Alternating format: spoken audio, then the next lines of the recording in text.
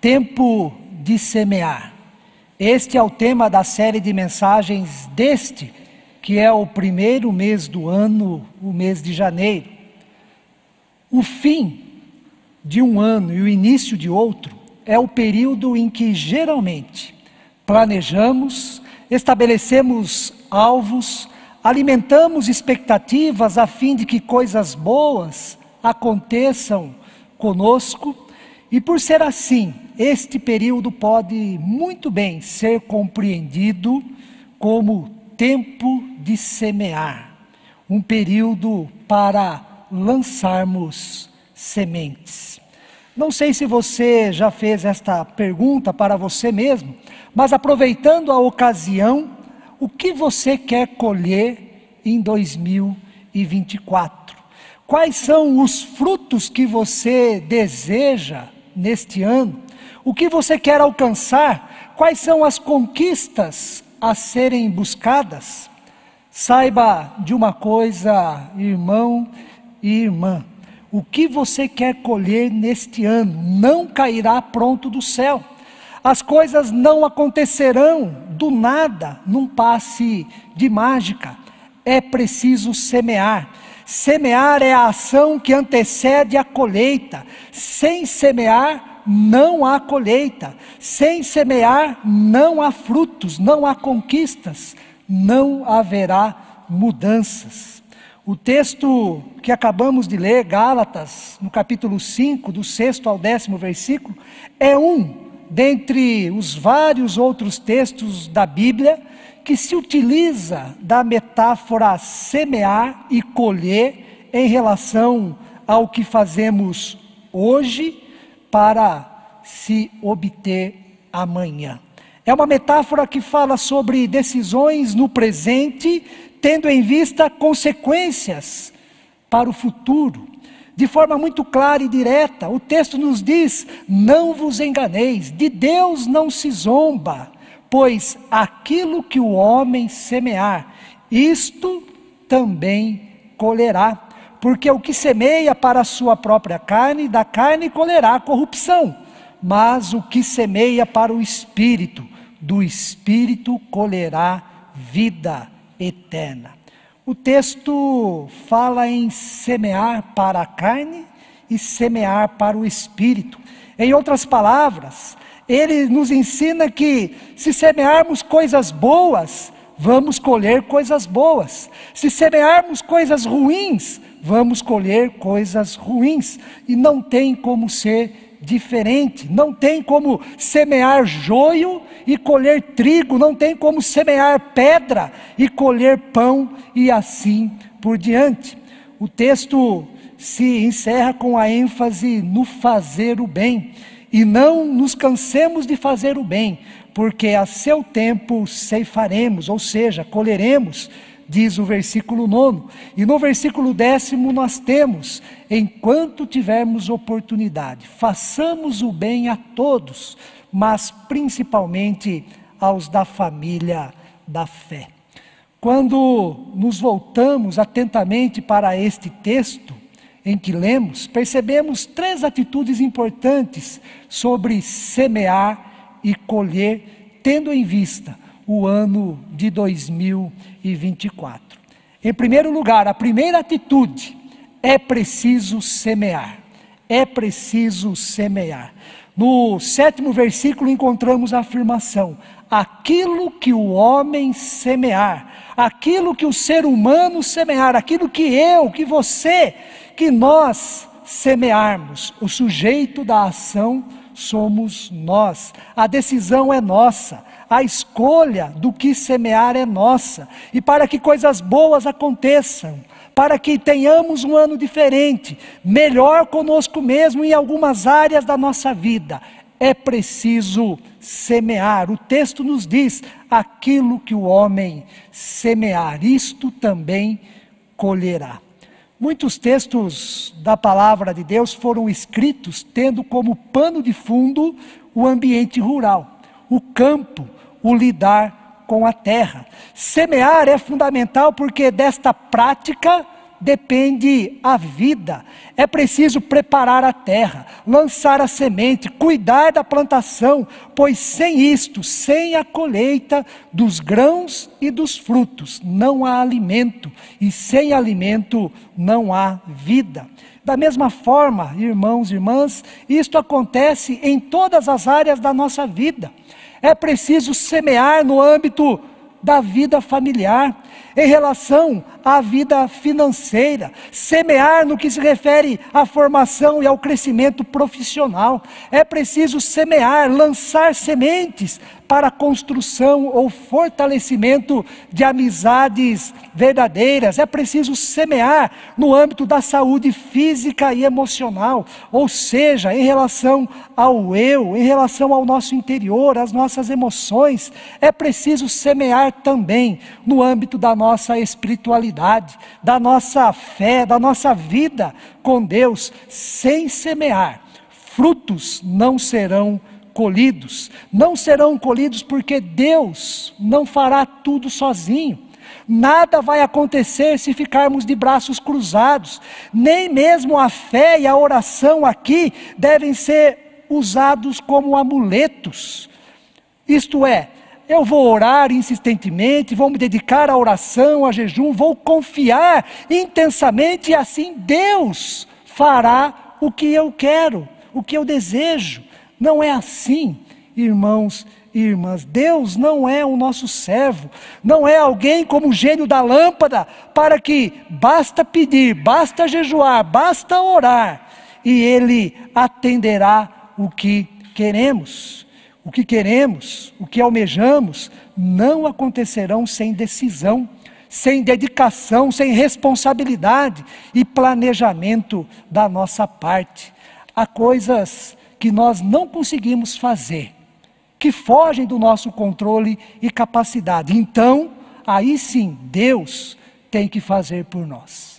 Mas há coisas que nós temos condições de fazer, que dependem exclusivamente de nós, da nossa decisão, do nosso compromisso, da nossa responsabilidade. Então, neste sentido, nós temos que fazer aquilo que o homem semear, diz a palavra do Senhor. É preciso semear, precisamos pensar, refletir, avaliar, sonhar, muitas vezes lutar contra a nossa própria vontade e então agir a respeito. Esta é a ação do semear na vida de todos nós e a primeira atitude que aprendemos no texto bíblico. É preciso semear. A segunda atitude, ao semear, considere Deus em sua vida. É preciso semear, mas não devemos semear sozinhos. Devemos considerar Deus em meio a tudo aquilo que semeamos. No início do 7º versículo nós encontramos: não vos enganeis, de Deus não se zomba. Esta exortação está ligada com o que o apóstolo Paulo escreveu no 3º versículo do mesmo capítulo, do capítulo 6, na carta aos Gálatas. E no terceiro versículo está assim: porque se alguém julga ser alguma coisa, não sendo nada, a si mesmo se engana. E aí o apóstolo completa: não vos enganeis, pois de Deus não se zomba. Não devemos nos enganar e zombar de Deus. Zombar de Deus significa semear sem considerar quem Ele é e o que Ele pode fazer por nós. Significa desprezá-lo, ignorá-lo, achar que podemos conquistar tudo o que almejamos pela nossa própria capacidade, pelo nosso próprio esforço, achar que podemos fazer tudo tão somente conforme a nossa vontade, os nossos valores e as nossas estratégias. Este é um comportamento arrogante diante daquele que é o autor e doador da vida, daquele que tem a história da humanidade em suas mãos, a história da vida de todos nós em suas mãos, e sabe e sabe pela sua soberania, pela sua autossuficiência, sabe o que é melhor para nós em tudo e em todas as circunstâncias. Considerar Deus enquanto semeamos exige de nós humildade. Humildade é reconhecer que Deus é poderoso, como o reverendo Lucas destacou na oração pastoral. Ele é poderoso para fazer infinitamente mais do que tudo quanto pedimos e quanto pensamos. Ele é poderoso, Ele está acima de nós. Humildade é reconhecer que em tudo dependemos dEle. Humildade é viver pela fé. Fé de que Deus é bondoso, de que Deus é gracioso e que Ele quer o nosso bem.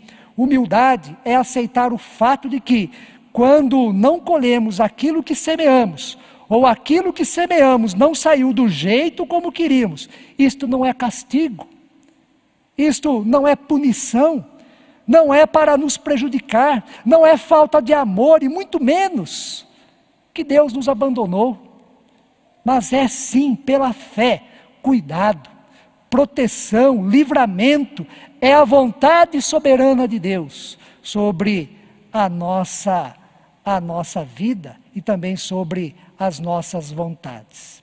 A humildade nos leva à submissão a Deus. Submeta seus sonhos, suas vontades, seus interesses a Deus. Considere Deus enquanto você semeia. Todos nós temos as nossas vontades, e como nós já aprendemos, a primeira atitude que o texto bíblico nos ensina é preciso semear. Mas enquanto semeamos, lembremos de Deus, consideremos Deus. Deus se torna participante daquilo que é o anseio do nosso coração. Não zombe de Deus, não pense que você está acima de Deus, que você consegue tudo sozinho, pelas suas próprias forças e capacidade. Não queira ser maior do que Deus. Ore, confie, haja e espere em Deus aquilo que será colhido. Confie na presença, na graça e na bondade de Deus para com você. A terceira atitude que nós aprendemos do texto bíblico: semeie para o Espírito e não para a carne. O versículo 8 nos diz: o que semeia para a sua própria carne, da carne colherá corrupção. Mas o que semeia para o Espírito, do Espírito colherá vida eterna. Temos aqui um conflito, uma oposição, dois caminhos distintos para seguir: semear para a carne e semear para o Espírito. Os resultados também serão bem distintos, pois estão em lados opostos. Quem semeia para a carne, colherá corrupção. Em algumas traduções da Bíblia, colherá a morte, ou seja, aquilo que é vazio, aquilo que é efêmero, aquilo que é passageiro, aquilo que é sem sentido, aquilo que não produz vida. Quem semeia para o Espírito, colherá a vida eterna, ou seja, aquilo que é valioso, aquilo que é permanente, aquilo que engrandece e vale a pena porque traz realização, traz paz de espírito, traz alegria. A oposição entre carne e espírito é muito conhecida no capítulo 5 da carta aos Gálatas. Aliás, esta oposição prevalece em toda a carta, mas é no capítulo 5 que o apóstolo Paulo fala diretamente dos frutos da carne e também do fruto do Espírito. Como sabemos bem, o fruto do Espírito é amor, alegria, paz, longanimidade, benignidade, bondade, fidelidade, mansidão e domínio próprio. Sendo assim, irmãos e irmãs, semear para o Espírito significa semear bons sentimentos, semear boas atitudes. Semeie bons sentimentos em seu coração, semeie boas atitudes. Isto vai te fazer bem, você colherá frutos preciosos e viverá melhor. Bons sentimentos, boas atitudes nunca trarão prejuízos. Pelo contrário, não existe investimento melhor a se fazer. No boletim desta semana, destacamos a importância de semear em nossa vida, em nosso coração. Nos planos que já estabelecemos, semear amor, fé, paz e esperança. Temos diante de nós o fruto do Espírito, conforme Gálatas 5, 22 e 23, e que nós mencionamos há pouco. Sendo assim, não semeie intrigas, não semeie em seu coração, em sua vida, inveja, raiva, confusão, não semeie vaidade, autossuficiência, distanciamento, frieza, vingança e desprezo. A palavra de Deus nos alerta: quem semeia para a carne, colherá corrupção. Se semearmos coisas ruins, se escolhermos sementes ruins, nossa colheita não será de bons frutos. Semeie para o Espírito e você colherá vida eterna. Vida eterna não é tempo sem fim, como muitas vezes nós pensamos. Vida eterna é qualidade de vida aqui na terra, é qualidade de vida em nossa existência, neste mundo em que estamos. Para concluir, semear é preciso. Semear significa fazer escolhas. Quais sementes serão escolhidas por você? São as sementes da carne ou as sementes do Espírito? O que iremos semear? Considere Deus enquanto você semeia. Não semeie sozinho. Confie em Deus. Semeie com esperança. Semeie que acima de você, dos seus sonhos, das suas vontades, está Deus, que é soberano, que é bondoso, que é gracioso e já nos prometeu que estará conosco todos os dias da nossa vida até a consumação dos séculos. Considere Deus enquanto você semeia. Conte com Deus. Seja humilde e submeta as suas vontades e seus sonhos a Deus.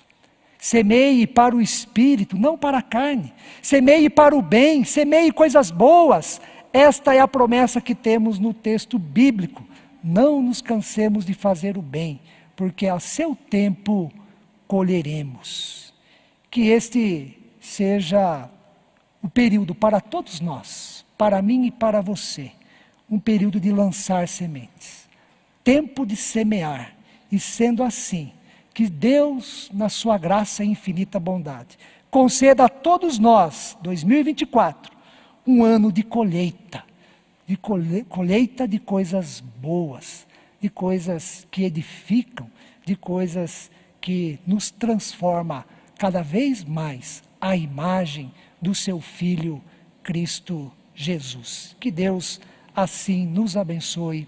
Amém.